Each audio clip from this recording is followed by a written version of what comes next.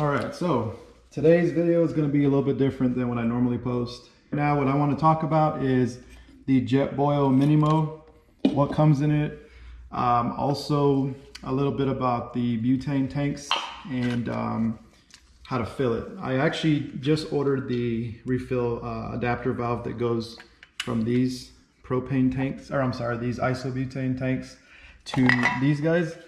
I am going to post a video on the Mr. Heater that I have that's propane. I'm going to be working on all that, but first off, let's go ahead and I'm going to use this small tank right here. Now I've already weighed it. This is total weight with the container and how much fuel it is.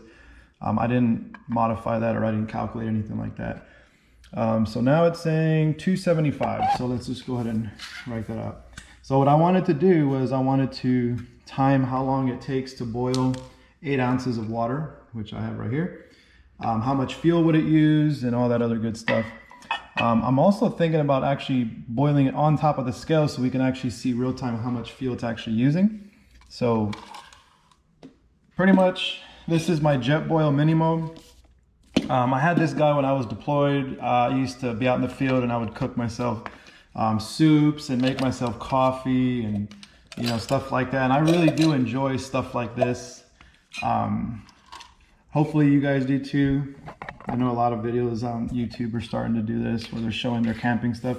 I don't go camping, but I do like having it in case I do ever need it. But anyways, this is the Jetboil Minimo. It's got a huge tank, or I'm sorry, huge bowl. And this thing holds a lot of soup or water, or whatever it is. It's got this nice little, I want to say neoprene or Nomex type of material on the outside. So when you touch it, it's not very hot. And then as Jetboil uses their little, whatever they call this thing, it's like a little coil, I guess, for the heat. And then also to help against blowing out in the wind. Here is the actual stove itself. It has a piezoelectric. It's got a little gas regulator, which is nice because this one, you can actually bring it down very, very low and boil, and it really won't blow out when it goes really low. So I'm just gonna go ahead and connect it. It takes a screw type of connector. I wanna say they call it a Lindell valve, but so you just get that on there like that. This here is a French press that I bought for this type of, what do you call it? For this type of Jetboil. It goes in here, it fits nicely. This is specifically for this, so that's why it fits it nicely. Goes in there, you can press out your coffee grounds and make coffee or whatever. Comes with these two here for the extensions. This also comes with this little attachment for your bigger stove. If you want to use something like, what do you call it, like a bigger plate or whatever, these just kind of fold out and increase your surface area. So whenever you actually mount it on here, boil your food or whatever it is that you're going to be doing. This is also from Jetboil. It comes with it in the kit. These are the feet that go on the bottom of the tank. I'm not going to be using them because I'm not doing anything crazy about it, but pretty much they go like that. And then you put that on the bottom there, and it kind of keeps it stabilized in case if you have an uneven terrain or something. Keeps it from tipping over, especially when there's boiling water in there. And then this is the lid. It comes with a little area for you to drink out of, and then a little vent here. So whenever you're boiling, it goes on top like that.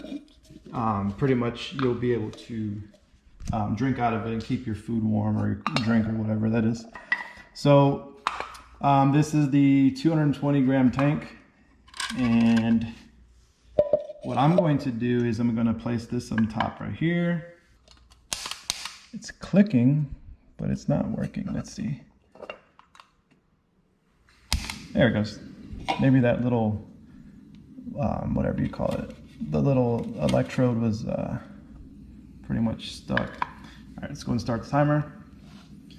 All right, so you should see something reflect here on the grams as it's starting to burn fuel. I'm gonna go and turn it up full blast. See how long it takes.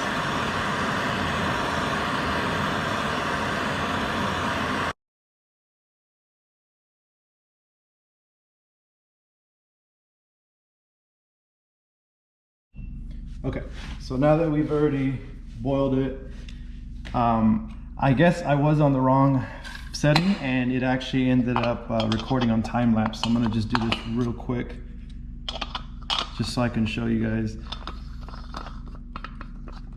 Okay, all right, so I'm just gonna go ahead and ignite it, show you how tall the flame goes and all that other good stuff. Where's this thing? Okay, it's up here. All right, so that's the low setting. Take it down as low as it'll go.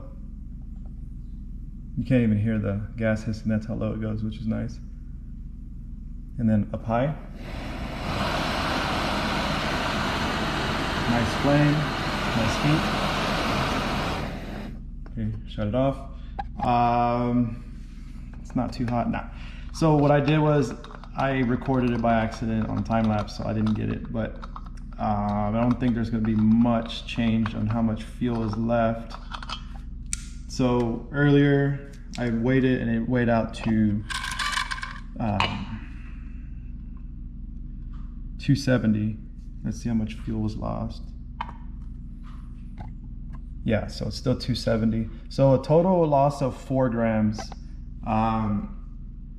That's pretty much how much it took out when it boiled the water in that minute. But because the flame goes up really high, it does burn more fuel and it'll cook your food faster or whatever, but that doesn't look good as far as like, oh, well, I'm losing 4 grams in a minute. I should be able, I'm gonna run out of fuel very quickly. It doesn't really work like that. This guy is very efficient for how the design is, so it'll cook your food a little faster without having to use it raised up all the way. Now, mind you, when I was spinning it, the regulator just kept, or not the regulator, but the dial just kept spinning and it finally stopped there. I didn't put it all the way. I was probably like a turn off, only because I was afraid that this freaking thing was gonna fall off and unscrew, but it wouldn't do that. I didn't know that. It's been a while since I've used it. So pretty much this guy was a quarter turn or a turn away from exact full blast all the way. But that just gives you an idea of how much fuel it takes to boil 8 ounces of water that quickly.